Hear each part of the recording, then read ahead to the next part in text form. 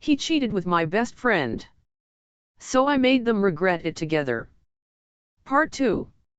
Chapter 10, The Quiet Strategy. Emma had learned something powerful. Revenge doesn't begin with anger. It begins with clarity. Clarity is quiet. It doesn't throw dishes. It doesn't raise its voice.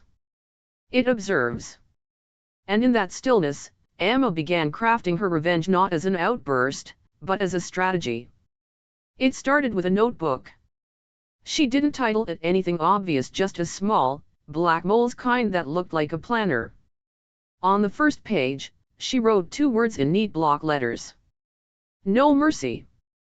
Then she turned to a fresh page and began mapping out her plan. Not a what if. Not a fantasy. A plan. She split it into 4 phases. Phase 1, collect and confirm. Evidence gathered. Photos backed up. Screenshots dated. Voice recording stored. Physical proof bagged.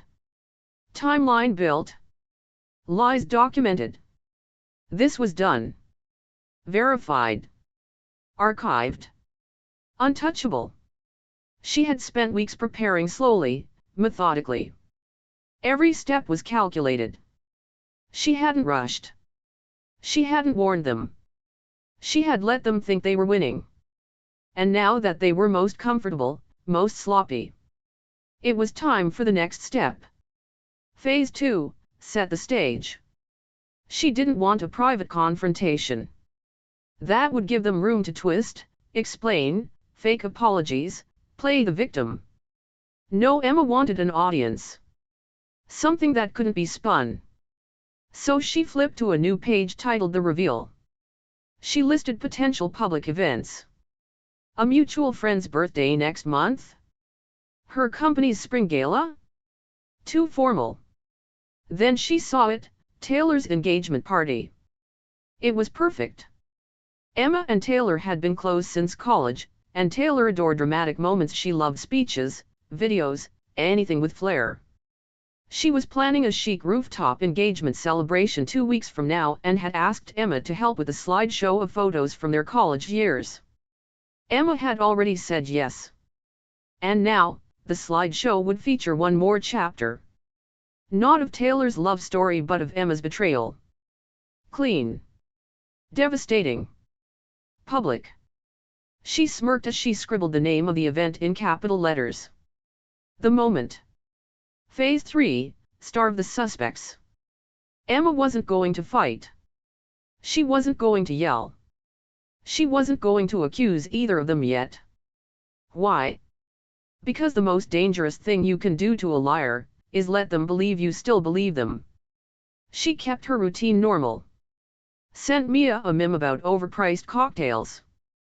Asked Ryan what he wanted for dinner. Laughed at his tired jokes. Watched their expressions when they thought they were still safe. She was studying them now. Watching how easily they could lie with their faces, their voices, their bodies. It fascinated her not because she was hurt anymore, but because she felt like she was observing something under glass. Specimens. She noticed Mia's overcompensating sweetness, the sudden uptick in, "I love you, babe" texts and unnecessary apologies. She clocked Ryan's fake exhaustion, his inconsistent timelines, his overuse of the word busy. They were so sure they were fooling her. And she was so done letting them get away with it. Phase 4, reinvention. The final phase was about her. Not them. It wasn't just revenge. It was rebirth. She would come out of this stronger, wealthier, and more fulfilled than either of them could imagine. Not to win them back. Not to make them jealous. But to erase their relevance entirely. Emma had been putting off starting her own business for over a year. She'd been afraid. Playing small. Letting Ryan's needs and Mia's support become a net beneath her wings. Not anymore. She jotted down ideas for a brand agency, something sleek, smart, feminine, and sharp. She'd call it Third Act Studio, a nod to women who rise in the final act, just when everyone thinks their story is over. A company built by betrayal. Fueled by clarity. Owned by her. That night, Emma slept deeply for the first time in weeks. No pacing. No ruminating. No tears on the pillow. Just silence. Control. Peace. Because she had her notebook, her plan, her moment. And she was no longer reacting. She was engineering. And when the day came when Ryan and Mia finally realized what she had done, it would already be too late.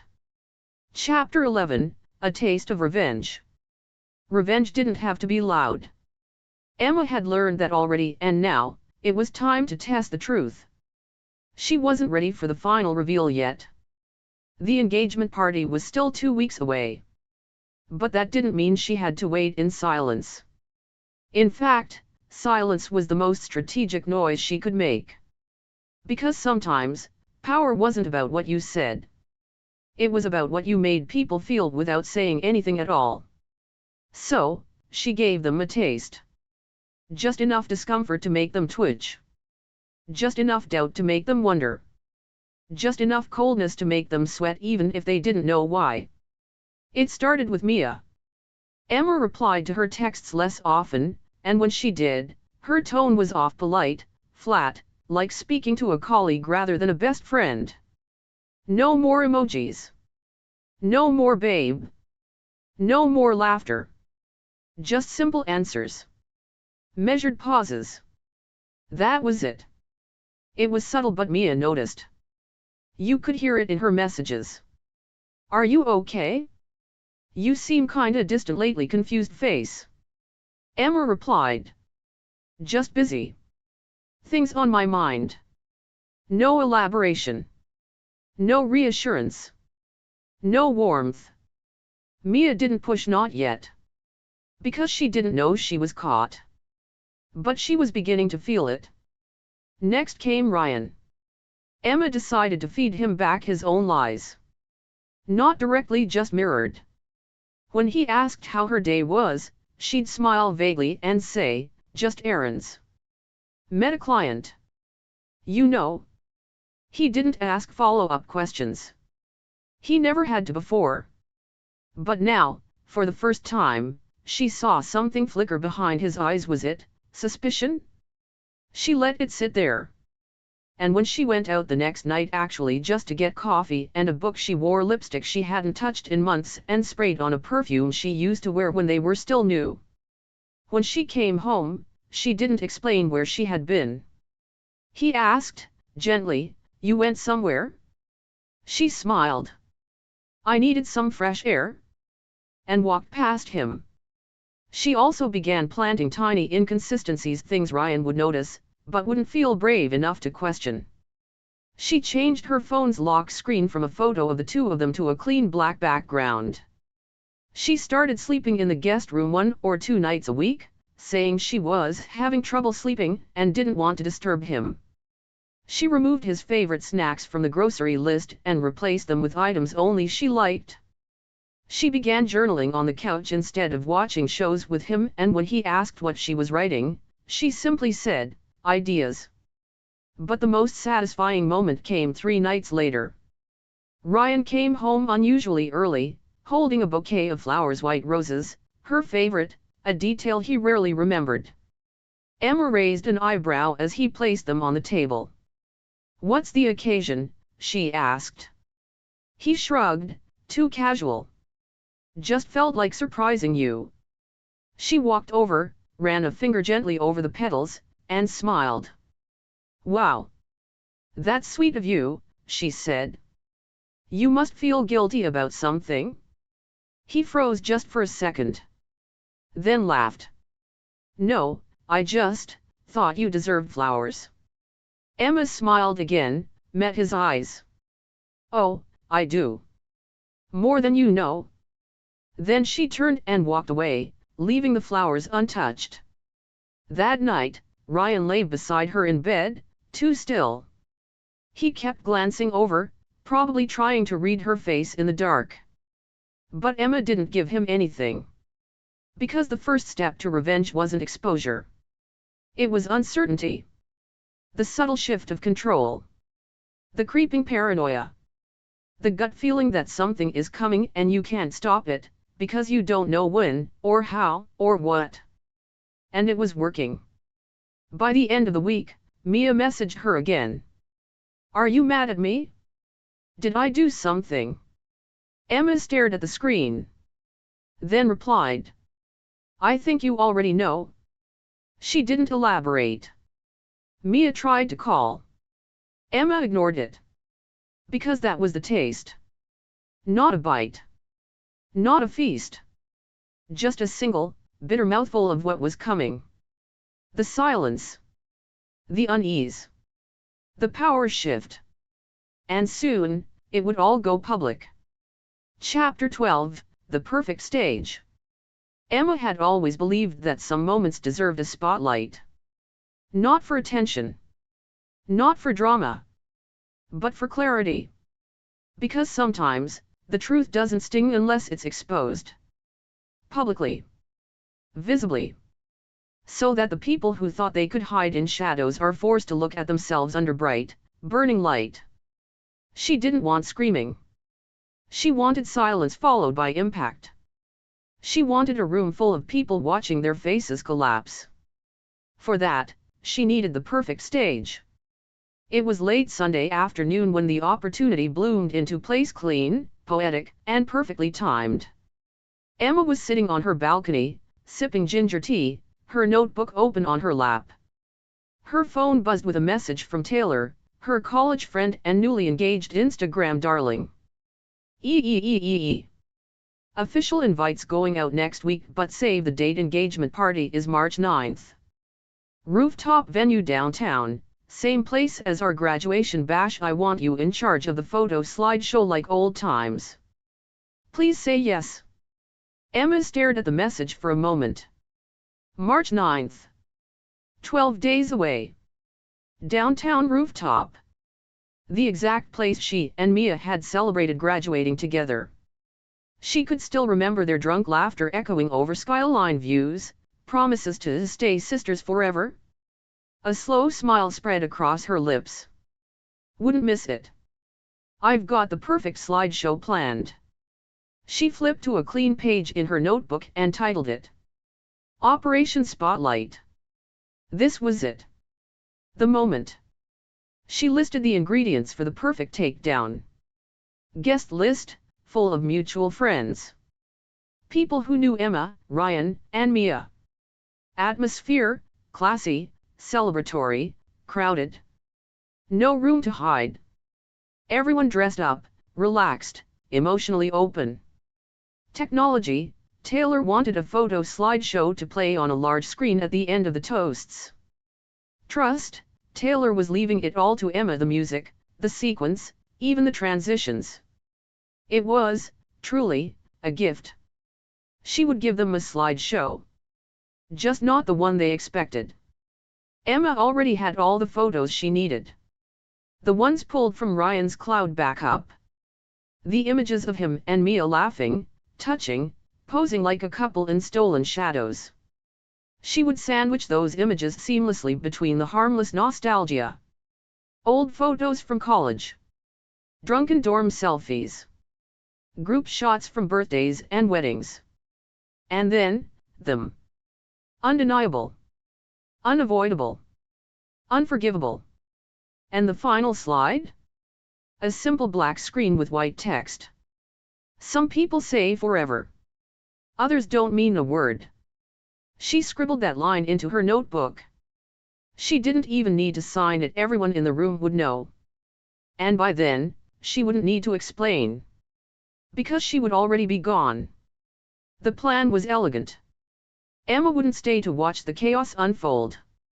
She'd hand Taylor the USB a few days before the party, claiming she couldn't attend due to a sudden work trip. She'd keep it calm, believable. And then, the night of the party, she'd disappear, maybe leave the city for the weekend, turn off her phone, and let the fallout bloom on its own. She wouldn't need to see Ryan's face when the slide hit. Or Mia's tears. Or the gasps, the awkward glances, the fractured crowd. Because this revenge wasn't for performance. It was for peace. And peace, Emma had learned, came when you walked away from the explosion without ever looking back. That night, she messaged Taylor. Confirmed. I'll curate the slideshow, you'll love it. I'll drop it off early just in case I get pulled into work. But either way, it'll be handled. Taylor replied. You're the best. I know it's gonna make me cry. Emma smiled at the screen. Oh, Taylor. You have no idea. Chapter 13, The Calm Before. There is a silence that comes before a storm. Not the nervous kind, not filled with lightning or dread, but a stillness. The kind that smells like rain, tastes like steel, and feels like time holding its breath. That's the space Emma lived in during the days leading up to the engagement party. She wasn't angry anymore. She wasn't grieving. She was composed. Focused. A woman sharpening her final move while the people she once trusted danced unknowingly on the edge of their own downfall. And that was the beauty of it. The house was peaceful. Ryan thought things were getting better. His lies were more relaxed now, his affection coming more easily again. He'd started cooking her dinner, leaving little notes on the fridge like he used to. Emma smiled at each one. She kissed him back. She told him she was proud of him. He believed it. And that was the point. She needed him comfortable, settled, completely unaware. She wanted him to feel like he'd gotten away with it. Like the storm had passed. Like she was never going to ask the questions she already had the answers to. Because betrayal tastes better when it's served to someone who doesn't see the knife until it's already in their back. Mia texted every day now. Short, chirpy messages. Thinking of you, let's do wine soon? You're so quiet lately, miss our chats. We good, babe? Emma responded just enough to maintain the illusion. Busy week. Let's catch up soon. She didn't confront her. She didn't hint. She simply let Mia walk deeper into the story she was writing for her. The one with a very public, very humiliating ending. By now, the slideshow was complete. 73 images in total. The early days, her, Ryan, and Mia in their college years. Smiling. Untouched. The transformation, professional photos, birthdays, weekend getaways, filtered through laughter and trust. Then, the twist. Beginning subtly, a picture of Ryan and Mia at that rooftop bar, laughing just a little too closely. A phone screenshot. A time-stamped text. A mirror selfie Emma never took but remembered the shirt Ryan was wearing. Then the final sequence, 3 photos. 1. Ryan and Mia on the couch in Emma's apartment. 2. Mia's bracelet, the same one Emma found under the seat. 3. The simple, damning text from Mia. You should tell her soon. This is getting risky. And Ryan's reply. I will. Just waiting for the right time. Then, black screen. White words. Some people say forever. Others don't mean a word. She saved the file to a fresh USB, labeled only Taylor's slideshow, and slipped it into a gold envelope with a ribbon. She delivered it to Taylor's apartment 2 days before the party.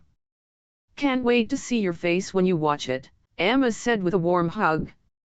Taylor beamed. You're the best, you know that. Emma smiled. Working on it.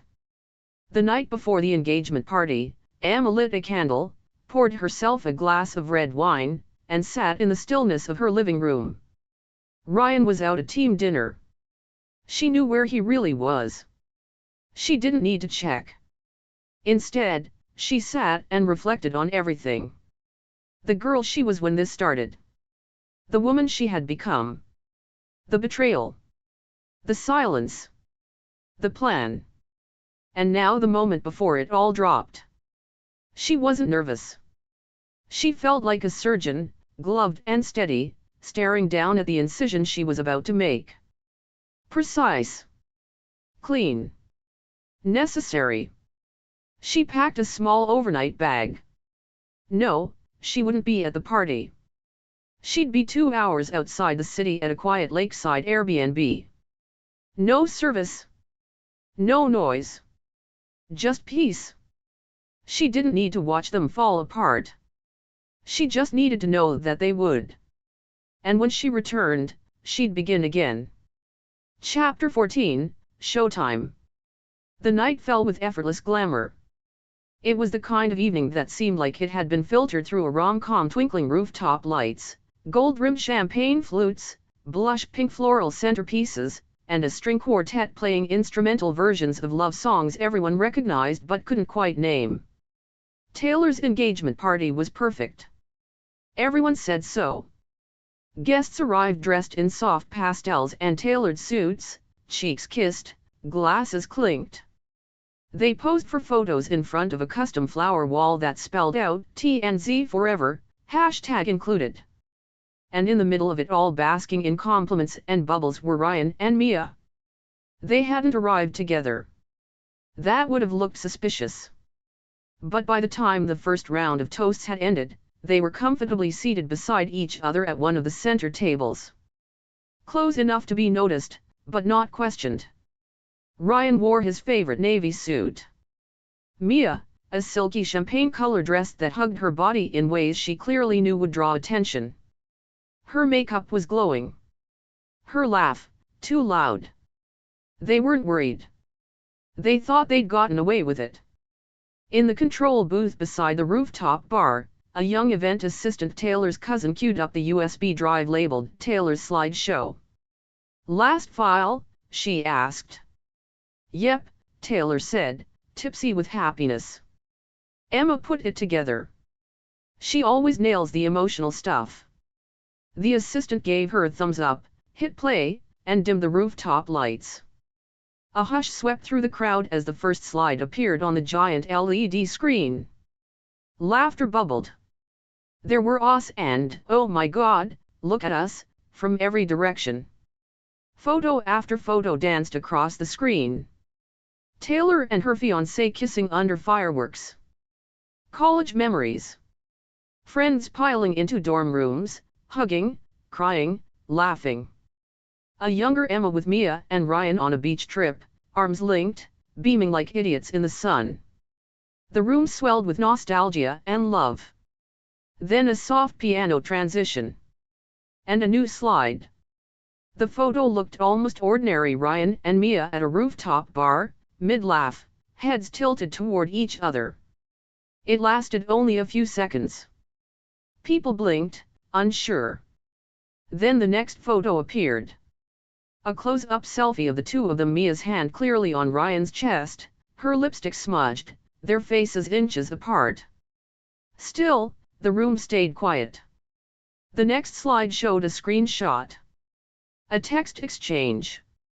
Missing in action, you should tell her soon. This is getting risky. Ryan, I will. Just waiting for the right time. Don't stress. Gasps now. Not whispers, gasps. Someone choked on champagne. A hand went to a mouth. The sound of silence shifted, hardened. Faces turned to Mia, to Ryan. Their table, once cozy, became an island. Ryan leaned forward, eyes widening. What the hell, he muttered. Mia stared at the screen, frozen. Another image followed, this time, a blurry photo of them on Emma's couch. She wasn't in it. But Ryan was. So was Mia. Their closeness was unmistakable. Then came the final slide. A black screen. White text. Some people say forever. Others don't mean a word. No signature. No need. The screen went dark. The lights came up. But no one moved. The music didn't return. The mood didn't recover. Taylor's face was pale. Her fiancé whispered something in her ear. Several guests turned away, pretending to sip drinks, too polite to stare, but everyone was watching. Ryan stood up too quickly, knocking over a wine glass. "Emma," he said under his breath, searching the room. "Where is she?" Mia's lips parted. Her voice barely a whisper, "She's not here." And that realization that she wasn't even there to witness it shattered whatever illusions they had left. Because this wasn't a confrontation. It was a declaration. And they weren't in control anymore. They were exposed. Publicly. Elegantly. Without warning or defense. Somewhere, hours away, in a quiet Airbnb cabin wrapped in moonlight and silence, Emma poured herself a glass of wine and turned off her phone. She didn't need to hear the aftermath. She could feel it. She pictured Ryan's face, the crack in his perfect expression. Mia's wide eyes, her hand probably covering her mouth. Taylor's rage. The stunned crowd. And Emma? She was sitting on a balcony with a blanket wrapped around her legs, sipping in peace. Because this was the moment she had planned for. Not revenge served hot. Not chaos and screaming. But cold, calculated justice. And the best part? She had already left the building. Chapter 15, The Fall. Exposure is a fire. It doesn't just burn what's meant to be destroyed, it takes everything around it. The oxygen, the shelter, the silence. It clears a space so thoroughly that nothing can go back to the way it was. For Ryan and Mia, that fire began with one screen. One moment. One truth too big to hide. And from there, the fall began. The next morning, Emma awoke in her lakeside Airbnb to birdsong and mist rolling over the water. She opened the window, breathed in the scent of wet pine and clean air, and stretched like a woman waking from a long, dark sleep. She made coffee. Checked the time. Did not check her phone. She didn't need to. Because she knew. Back in the city, Ryan woke up to chaos. His inbox had imploded overnight, emails from clients, co-workers, friends. Some pretending they hadn't seen the video. Some pretending they had and were just checking in. One email simply read, "Wow. That was brutal." He had tried to sleep after the engagement party. Had tossed and turned in a sea of half-formed lies and scrambled excuses. But none of them worked. The room had seen everything. And Taylor? She hadn't spoken to him directly, but word had gotten back quickly. She was furious. She'd cried after the slideshow ended. Her fiancé had nearly kicked Ryan out on the spot. He'd been escorted off the rooftop. Not forcibly, just watched. Like a threat that had been neutralized, like a man who had already lost more than he realized. Mia fared no better. She spent the night sobbing on the floor of her bedroom, mascara smeared across her face, trying to rewrite the story to herself. It wasn't like that. We never meant to hurt her.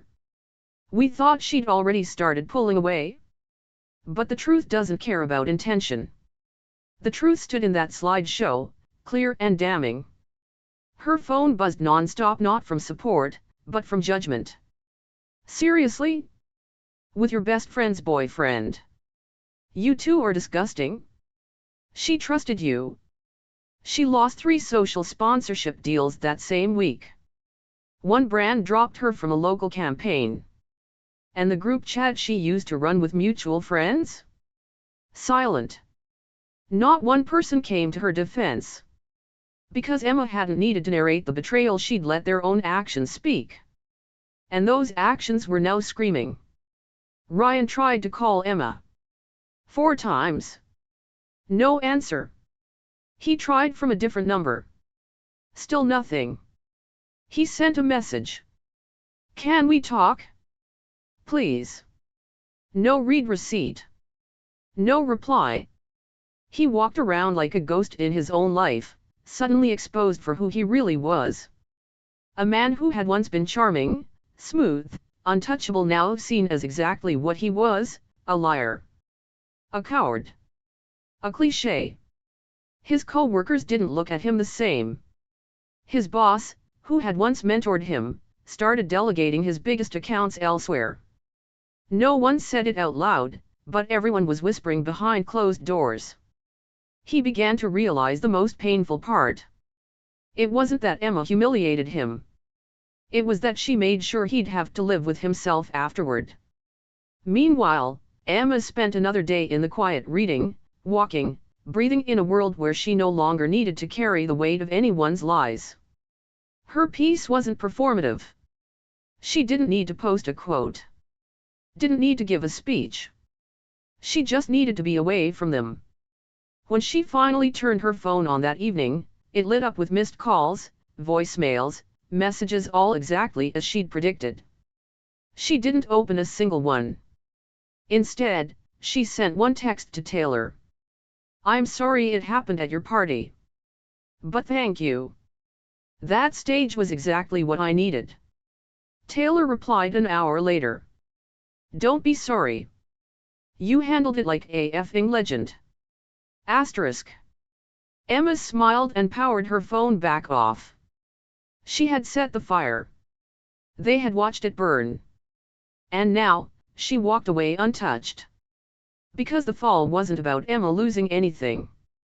It was about Ryan and Mia finally seeing how high they had climbed on their lies. And how far they still had to fall. Chapter 16, The room goes silent. Some moments don't end with screams. They end with stillness. Not peace, not calm, but a vacuum. A vacuum where laughter once lived, where music once played, where people once believed things were what they appeared to be. That's what happened the moment the slideshow ended. The black screen. The white text. Some people say forever. Others don't mean a word. And then, nothing. For 3 whole seconds, the room at Taylor's engagement party was frozen in time. The kind of silence that hurts your ears. Wine glasses half raised. Eyes stuck to the screen. Smiles suspended mid-laugh, unable to catch up to the reality that had just landed like a knife in the middle of the celebration. The projector's soft hum filled the space where music used to be. And then the first exhale. Audible. Disbelieving. A single voice, low and stunned. Wait, was that real? Then murmurs. Glances. The domino effect. Heads turned toward Mia and Ryan, seated now in a fishbowl of attention. Every breath they took became a scene. Every twitch, a confirmation. Mia's hands clutched the edge of her chair. Her eyes darted wildly, like a hunted animal searching for an exit. Her champagne flute sat untouched, beads of sweat forming on the glass.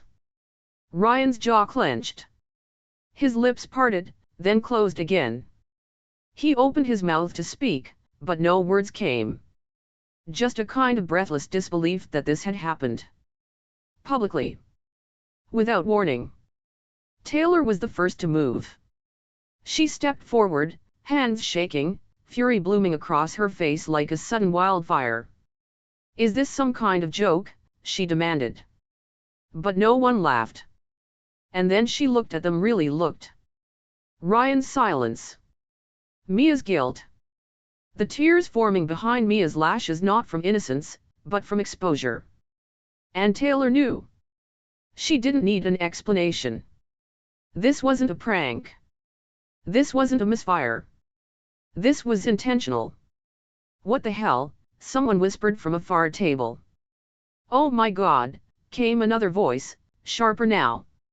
Phones came out but no one posted. Not yet. They were too stunned, too unsure of how to react. It was like watching a scandal unfold in real time, too intimate to interrupt, too messy to ignore. One woman stood up and quietly moved to a different table. A man beside her muttered under his breath, "Trash behavior?" The DJ, visibly confused, approached Taylor hesitantly. "Should I play something?" he asked. Taylor didn't even look at him. "No.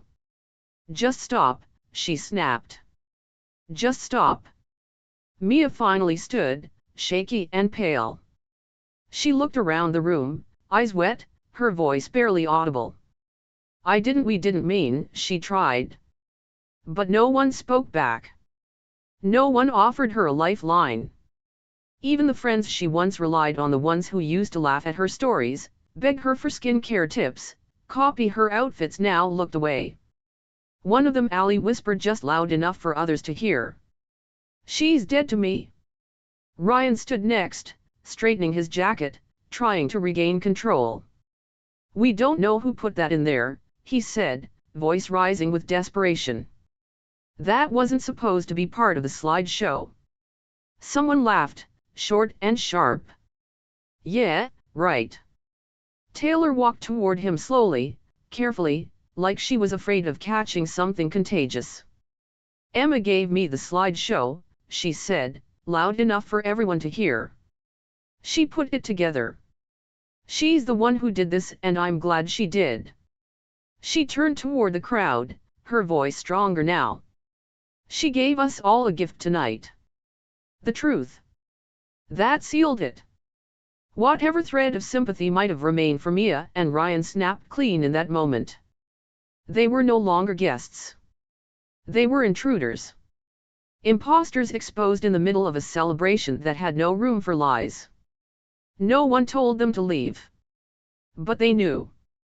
Ryan grabbed his coat without a word. Mia followed, head down, cheeks flushed with humiliation. Her heels clicked too loudly on the floor. It sounded like punctuation. They didn't speak as they exited. The silence did it for them. Back at the center of the room, the lights remained dim. Taylor exhaled. Rubbed her face. Then lifted her champagne glass and said, "To Emma." The room stunned, but united raised their glasses. A few quiet clinks. No cheers. Just respect. Because in that moment, Emma wasn't even there.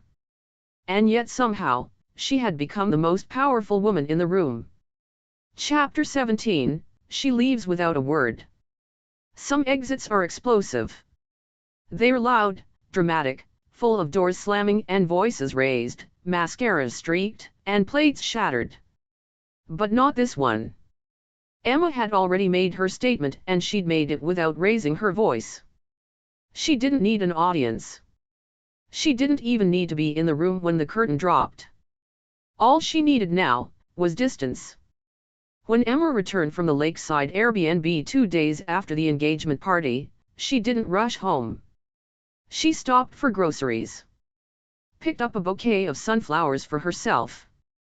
Got an iced coffee, lingered on a bench with her journal, and watched people pass by smiling, living, unaware.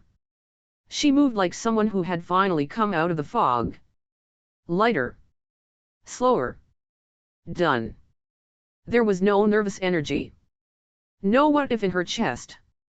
She knew the fallout had already happened. She didn't need to see it. She had already designed it. She arrived back at the apartment just after 4 p.m. The sky was painted in warm orange light. She stepped inside and paused, her keys still in her hand. The apartment looked the same. It smelled the same. But it felt different. Because she was different. She walked straight to the bedroom. Ryan's suit jacket was still hanging over the back of a chair. His sneakers sat by the closet, scuffed and arrogant.